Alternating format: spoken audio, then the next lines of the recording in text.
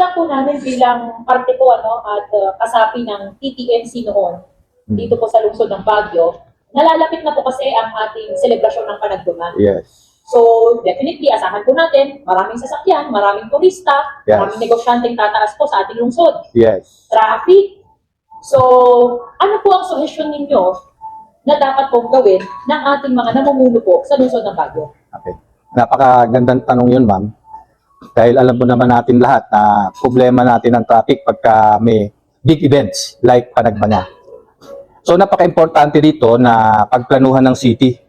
Ano bang magandang traffic scheme ang angkop dun sa mga activities na binanggit nyo, ma'am, yung Panagbenga. And after this, sana na napagplanuhan, dapat 2 weeks before nga of that event, ipapaalam na natin ito sa ating mga motorista, sa ating mga commuters, sa mga turista, para at least alam nila kung paano gagawin nila pagka meron na tayong mga parada.